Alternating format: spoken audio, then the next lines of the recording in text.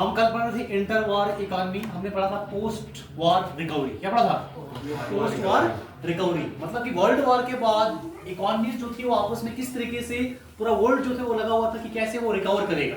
हालांकि इसमें हमने पढ़ा था कि डिफरेंट कंट्रीज बहुत सा प्रोडक्शन कर रही थी, जिसकी वजह से प्रोडक्शन क्या हो गई थी, ओवर प्रोडक्शन हो गई थी और कंट्रीज जो थी वो क्राइसिस में चली गई थी। लेकिन हम अगर अमेरिका की बात करें, मैंने आपको बताया था कि अमेरिका एकमात्र ऐसा देश था जो इंटरनेशनल, पहले वो डेब्टर था और बाद में क्या बन गया वो क्रेडिटर। डेब्टर मतलब उधार, पहले वो इंटरनेशनल क्या था, डेब्टर उधार लेता था, लेकिन बाद में क्या बन गया था वो उधार देने वाला। ठीक है, वो किस तरीके से है वो इसमें हम पढ़ेंगे। क्या है?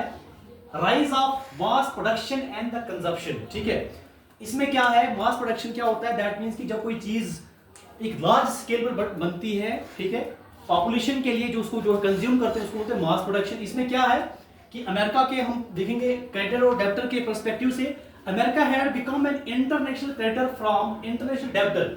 ये कैसे बना? क्योंकि वर्ल्ड वॉर फर्स्ट में क्या हुआ, बहुत सारी कंट्रीज जो थी, मैनी कंट्रीज वर अफेक्टेड, बहुत सारी कंट्रीज को उसके उनका वर्ल्ड वॉर का उनके ऊपर असर पड़ा था। जब असर पड़ा था तो अमेरिका को भी उसका जो है असर पड़ा, अमेरिका के ऊपर भी बुरी तरीके से उसका इंपैक्ट पड़ा था, क्योंकि अमेरिका ने भी वर्ल्ड वॉर में पार्टिसिपेट किया था, तो जाहिर सी बात है कि अमेरिका भी उसका इंपैक्ट पड़ेगा। लेकिन अमेरिका ने उस वर्ल्ड वॉर से बहुत जल्दी अपने आप को रिकवर कर लिया। Its economy recovers very quickly from the war, क्योंकि just because of the mass production, उसने मास प्रोडक्शन जो है बहुत जल्दी कर दी। अब इसमें मास प्रोडक्शन क्या चीज होती है? मास प्रोडक्शन का मतलब क्या होता है? If something is produced on a large scale, अगर कोई चीज बहुत बड़े पैमाने पर बनाई जाती है, पूरे वर्ल्ड लेवल, पूरे इंटरनेशनल लेवल पे, ठीक है, it is called mass production. लोगों की मतलब की प्रोडक्शन, लोगों की डेली यूजेस के हिसाब से, उनकी जो डेली जो चीजें खरीदते हैं, कंज्यूम करते हैं, या उनका जो भी जीने का तरीका है, उसी हिसाब से उन चीजों की अगर प्रोडक्शन की जाए at a very large scale, उसको बोलते हैं मास प्रोडक्शन। तो वही चीज अमेरिका ने जो है करना स्टार्ट कर दिया। इस मास प्रोडक्शन का जो पॉइंटर होता है, जो फाउंडर होता है, वो इसका नाम किसको जाता है? Henry Ford. हेनरी फोर्ड ने ये कंसेप्ट लाया था किसका? मास प्रोडक्शन का, जिसको फाउंडर ऑफ फोर्ड मोटर्स बोलते हैं। ठीक है, फोर्ड आपने सुना होगा, फोर्ड जो होती है कंपनी, फोर्ड की कार भी आती है, मोटर कार आती है कि नहीं आती है?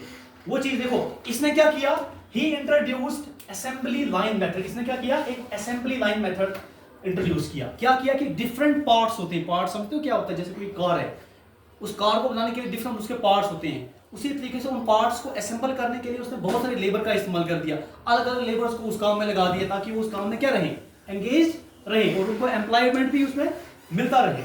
तो क्या हो गया, the work gets done very quickly, बड़ी ही तेजी के साथ वो काम होने लगा, और जो कार थी वो जल्दी से प्रोड्यूस होना स्टार्ट हो गई। Production of cost was very low, और जो ये जो चीजें बनाता था, जो असेंबली लाइन मेथड था, जो कार बनाने का जो मेथड था, उसमें जो उसको खर्चा आता था, कास्ट क्या होता है?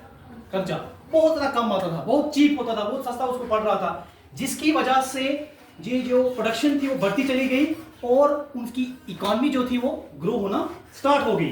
तो हम देखते हैं कि जो इसका डाटा हम देखते हैं कि कार के प्रोडक्शन जब हम 1919 में देखते हैं तो कितनी थी? 2 मिलियन, मतलब कि वर्ल्ड वॉर फर्स्ट के टाइम में। उसके बाद आगे हम देखते हैं 29 में तो ये 5 मिलियन, कितनी ज्यादा देखो आप जो है 3 गुना आगे जो है बढ़ चुकी थी, जिसकी वजह से उसकी प्रोडक्शन से क्या हो गया था, उसकी कास्ट कम थी, प्रोडक्शन ज्यादा थी, एम्प्लॉयमेंट ज्यादा थी, इनकम ज्यादा थी, रेवेन्यू ज्यादा था। दैट मींस कि उसकी इकोनॉमी क्या कर रही थी, यूएस की इकोनॉमी ग्रो कर रही थी। इसके साथ इसने एक और चीज जो है इंट्रोड्यूस की, उसको बोलते हैं white goods, white good production. White goods वो चीजें होती हैं जो हमारी डेली यूज में काम आती हैं, जैसे देखो फ्रिज, वॉशिंग मशीन, रेडियो, ये चीजें जो है हमने बनाई हुई थी, और इन चीजों का देखो इंसान यूज करता ही करता है, चाहे उसकी इनकम कम है, ज्यादा है, या ये डेली बेसिस पे चीजें हमें यूज करनी होती है। तो लोग उन चीजों को क्या कर रहे थे? कंज्यूम कर रहे थे। मैंने अभी बोला प्रोडक्शन के साथ कंजप्शन भी उनकी हो रही थी, जिसकी वजह से देखा गया कि हाउसिंग बूम देखने को मिला। हाउसिंग बूम का मतलब क्या होता है कि ये जो डोमेस्टिक गुड्स जो है लोग प्रोड्यूस कर रहे, कंज्यूम कर रहे थे इनकी प्रोडक्शन की वजह से, तो हाउसिंग बूम देखने को मिला। हाउसिंग बूम दैट मींस कि घर में जो लोग आम लोग रहने वाला था, उनका स्टैंडर्ड ऑफ लिविंग बढ़ता चला गया। ठीक है, पहले वो थोड़ा लो स्टैंडर्ड था, और उन्होंने ये चीजें खरीदना स्टार्ट कर दी जो कि उनको सस्ती पड़ रही थी, और इकोनॉमी भी ग्रो कर रही थी, और उसमें एक एक इंडिविजुअल की क्या हो रही थी, उसका स्टैंडर्ड भी क्या हो रहा था, आगे बढ़ रहा था। यही मैं आपको चीजें यहाँ पर बता रहा हूँ, prices were decline due to the mass production, क्योंकि इतनी ज्यादा चीजें प्रोड्यूस हो गई थी पूरे मार्केट में, उसकी जो प्राइसेस थी वो क्या थी, कम थी, और एक आम इंसान भी उसको लेने के लिए अफोर्ड कर सकता था, जिसकी वजह से एक आम लोग जो थे वो भी चीजों को अफोर्ड कर रहे थे।